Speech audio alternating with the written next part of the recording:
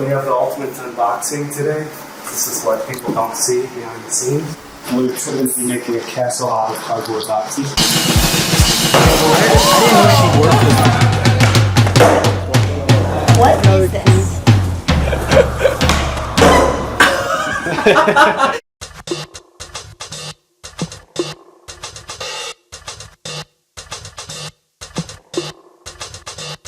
Well, we're going to lay all this stuff out so it's clear. The thing with setting up these units, it's kind of like you're moving in, and we've done this like 100 times, literally like 107 times now.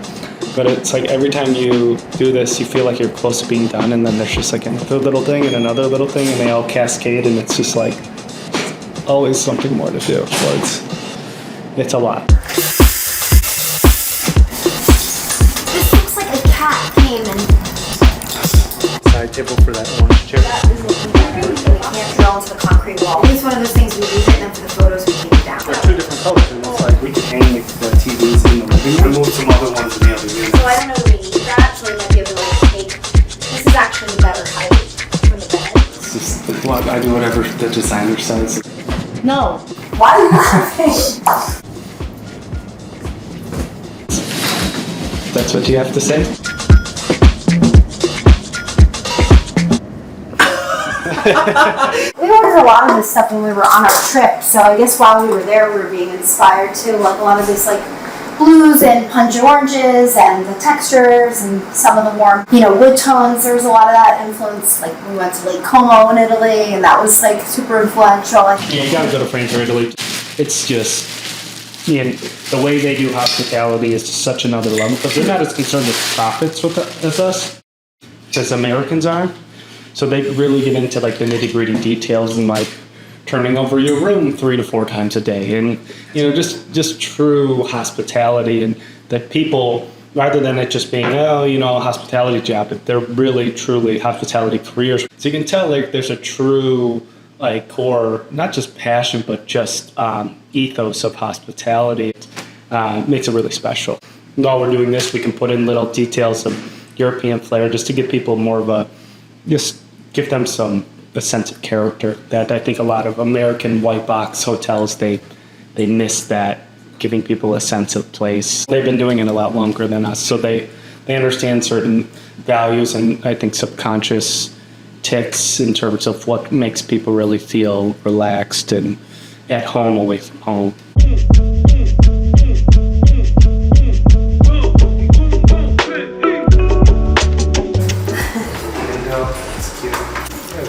Matisse was the top French painter in the 19th century, so it's just an ode to good art. I would like to appreciate art, local and timeless. It's important. It makes people feel cozy and like, hey, we actually care, rather than having another abstract piece which every hotel and group has. Yeah, we're just trying to keep it consistent, so we did a lot of orange and blue. This room doesn't have the side chair because we don't have space for it in the path of travel, but we have that sort of muted earthy palette with pops of color. Most of the time it's off the cusp, and the reason why is stock and availability, because in hotels we have years sometimes of planning. In these types of designs, it's not, we have to decide, okay, where we're gonna get the furniture and we're gonna get it fast. We start going to the internet and big box retailers. That's really why things are sort of last minute and off the cusp. Now, colors and all that, yes, of course, that's where I step in, because this is what I do, and this is my forte. I'm able to pull things together. That's something that comes natural for me, but also not only that, just being able to see the parameters you're designing around is super important. For example, we've got exposed concrete walls. We're not allowed to hang things on them or paint on them, so we've got to work around that. So yes, we're always having to design around something. If it's a blank slate and new construction, that's the most perfect situation.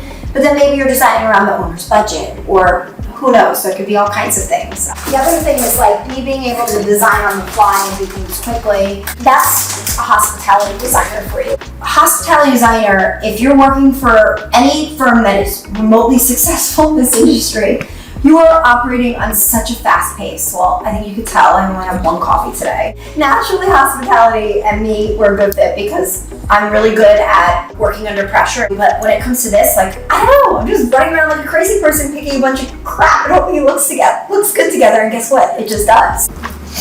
So, okay, this room still needs nightstands, lamps, all kinds of things. Art. I don't know. It needs a lot. Okay.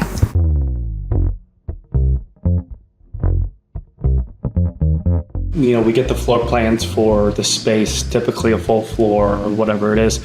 We send it to the CAD architect person. They spit it back. You know, we have to kind of detail, hey, do you want queen beds in this room? Do you want king beds in this room? The bedrooms are, you know, they're okay. There's a few jut outs, which are a challenge here, but it's not a big deal. But the living room, how do you lay that out? So it's like, okay, hey, how do 4 people comfortably sit here and lounge? Also, how do 4 people dine and enjoy at the same time? You know, because you got 2 bed, 2 baths, you need to assume the maximum people, you know, 4, maybe 5 if you have a child on the couch. You know, for me, it's function. You know, for her, it's the design. For me, it's function. And she's a good designer, so she understands function, but it's all functionality. Is the Wi-Fi working well? Is the space walkable? Is there good natural light? Do people feel safe? Do they feel comfortable in the space? Yeah, little details. But the little details, they take more time, but that pays off. Because then you get better reviews, and then you rinse, wash, repeat, and it all comes together.